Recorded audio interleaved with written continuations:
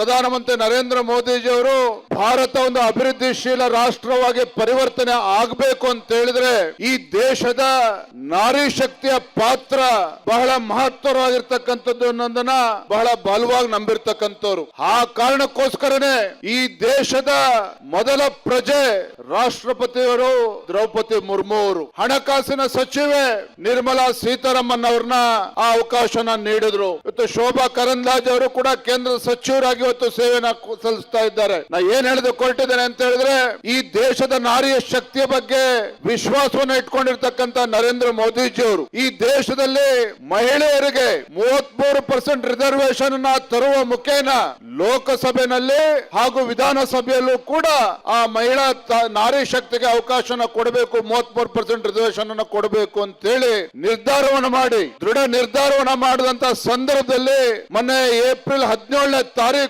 Parliament ನಲ್ಲಿ ವಿಶೇಷ ಅಧಿವೇಶನ ಕರೆದಾಗ ಅದನ್ನ ಸೋಲಿಸ್ತಕ್ಕಂತ ಕೆಲಸವನ್ನ ಕಾಂಗ್ರೆಸ್ ಪಕ್ಷದವರು ಮಾಡಿದ್ರು. ನಾನು ಈ ವೇದಿಕೆ ಮೂಲಕ ಒಂದು ಮಾತನಾಡೋದಕ್ಕೆ ಇಷ್ಟಪಡ್ತೇನೆ. ಈ ಲಜ್ಜೆಗೆಟ್ಟ ಕಾಂಗ್ರೆಸ್ ಪಕ್ಷದಿಂದ ಈ ದೇಶದ ನಾರಿ ಶಕ್ತಿಯ ಬಗ್ಗೆ ಇನ್ನೇನು ಕೂಡ ನಾವು ಅಪೇಕ್ಷೆ ಮಾಡೋದಕ್ಕೆ ಸಾಧ್ಯ ಇಲ್ಲ.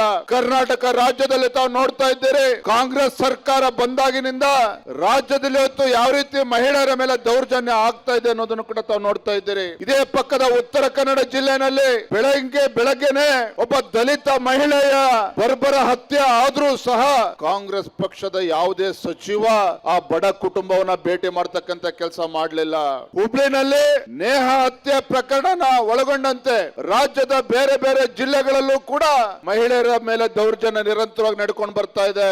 ಆದ್ರೂ ಕೂಡ ಈ ರಾಜ್ಯದ ಮುಖ್ಯಮಂತ್ರಿಗಳು ಗೃಹ ಸಚಿವರು ಕೈ ಕೊಟ್ಕೊಂಡು ಕೂತಿರ್ತಕ್ಕಂಥದ್ದನ್ನು ಕೂಡ ತಾವು ನೋಡ್ತಾ ಇದ್ದೀರಿ. ಹಾಗಾಗಿ ಇಂಥ ಲಜ್ಜೆಗೆಟ್ಟ ಕಾಂಗ್ರೆಸ್ ಪಕ್ಷದಿಂದ ಇವತ್ತು ದೇಶದ ನಾರಿ ಶಕ್ತಿಗೆ ಇವತ್ತು 33% ರಿಸರ್ವೇಶನ್ ಬರ್ತದೆ ಅಂತ ಹೇಳಿದ್ರೆ ಅದನ್ನ ಸಹಿಸಿಕೊಳ್ಳೋದಕ್ಕೆ ಸಾಧ್ಯ ಆಗ್ತಾ ಇಲ್ಲ. ಪ್ರಧಾನಮಂತ್ರಿ ನರೇಂದ್ರ ಮೋದಿಜಿ ಅವರು ಇವತ್ತು ಮಾನ್ಯ ಅಮಿತ್ ಶಾ ಜಿ ಅವರು ಕಾಶ್ಮೀರದಲ್ಲಿ ಆರ್ಟಿಕಲ್ 370 ಕಿತ್ತು ಒಗಿಬೇಕು ಅಂತ ಹೇಳಿದ್ರೆ ಅದನ್ನು ಕೂಡ ಕಾಂಗ್ರೆಸ್ ವಿರೋಧ ಮಾಡಿದ್ರು. ಈ ದೇಶದಲ್ಲಿ ಒಂದು ದೇಶ ಒಂದು ಚುನಾವಣೆ, ಒನ್ ನೇಷನ್ ಒನ್ ಎಲೆಕ್ಷನ್ ತರಬೇಕು ಅಂತ ಹೇಳಿದ್ರೆ ಅದನ್ನು ಕೂಡ ಕಾಂಗ್ರೆಸ್ ಪಕ್ಷದವರು ವಿರೋಧ ಮಾಡ್ತಾ ಇದ್ದಾರೆ. ದೇಶದಲ್ಲಿ ಇವತ್ತು ನಾರಿ ಶಕ್ತಿಗೆ 33% ರಿಸರ್ವೇಶನ್ ತರಬೇಕು ಅಂತ ಹೇಳಿದ್ರು ಕೂಡ ಅದನ್ನು ಕೂಡ ಇವತ್ತು ಕಾಂಗ್ರೆಸ್ ಪಕ್ಷದವರು ವಿರೋಧ ಮಾಡ್ತಾ ಇದ್ದಾರೆ. ಅಷ್ಟೇ ಅಲ್ಲ, ಈ ದೇಶದ ಅಭಿವೃದ್ಧಿಯನ್ನು ಕೂಡ ಈ ಕಾಂಗ್ರೆಸ್ ಪಕ್ಷದವರು ವಿರೋಧ ಮಾಡ್ತಾ ಇರ್ತಕ್ಕಂಥ ತಾವು ನೋಡ್ತಾ ಇದ್ದೀರಿ. ನರೇಂದ್ರ ಮೋದಿಜಿಯವರು ಪ್ರಧಾನಮಂತ್ರಿಗಳನ್ನು ಕೂಡ ವಿರೋಧ ಮಾಡ್ತಕ್ಕಂಥ ತಾವು ನೋಡ್ತಾ ಇದ್ದೀರಿ. ಆದ್ರೆ ವೇದಿಕೆ ಮೂಲಕ ನಾವು ಒಂದ್ ಮಾತನ್ನು ಹೇಳೋದಕ್ಕೆ ಇಚ್ಛೆ ಪಡ್ತೇನೆ. ಈ ದೇಶದ ಹೆಮ್ಮೆಯ ಪ್ರಧಾನಮಂತ್ರಿ ನರೇಂದ್ರ ಮೋದಿಜಿ ಅವರು ಈಗಾಗಲೇ ದೃಢ ನಿರ್ಧಾರವನ್ನು ಮಾಡಿದ್ದಾರೆ. ಯಾವುದೇ ಕಾರಣಕ್ಕೂ ಇಟ್ಟಂತ ಹೆಜ್ಜೆಯನ್ನ ಮುಂದಿಟ್ಟಂತ ಹೆಜ್ಜೆಯನ್ನ ಹಿಂದೆ ತೆಗೆದುಕೊಳ್ತಕ್ಕಂತ ಪ್ರಶ್ನೆ ಇಲ್ಲ. ಮುಂದೆ ಬರ್ತಕ್ಕಂತ ದಿನಗಳಲ್ಲಿ ಅತಿ ಶೀಘ್ರದಲ್ಲಿ ಮತ್ತೊಮ್ಮೆ ಮಹಿಳಾ ರಿಸರ್ವೇಶನ್ 33% ಅನ್ನ ಲೋಕಸಭೆಯಲ್ಲಿ ಮತ್ತು ರಾಜ್ಯಸಭೆಯಲ್ಲಿ ಅದನ್ನ ಬಿಲ್ ಅನ್ನ ಪಾಸ್ ಮಾಡ್ತಕ್ಕಂಥದ್ರಲ್ಲಿ ಯಶಸ್ವಿ ಆಗೇ ಆಗ್ತಾರೆ. ಅದನ್ನ ತಡಿತಕ್ಕಂತ ಶಕ್ತಿ ಇವತ್ತು ಕಾಂಗ್ರೆಸ್ ಪಕ್ಷಕ್ಕೆ ಇಲ್ಲ ಅನ್ನೋದನ್ನು ಕೂಡ ನಾನು ಈ ಸಂದರ್ಭದಲ್ಲಿ ಹೇಳೋದಕ್ಕೆ ಇಚ್ಛೆ ಪಡ್ತೇನೆ. ಶ್ರದ್ಧೆ ತಾಯಂದ್ರೆ ನಾವಿವತ್ತು ಜಾಗೃತರಾಗಬೇಕಾಗಿದೆ. ಇಂಥ ಲಜ್ಜೆಗೆಟ್ಟ ಈ ದೇಶದ್ರೋಹಿ ಮಹಿಳಾ ವಿರೋಧಿ ಕಾಂಗ್ರೆಸ್ ಪಕ್ಷವನ್ನ ಬುದ್ಧಿ ಕಲಿಸ್ತಕ್ಕಂತ ಕೆಲಸ ಇವತ್ತು ನಾವು ಮಾಡಬೇಕಾಗಿದೆ.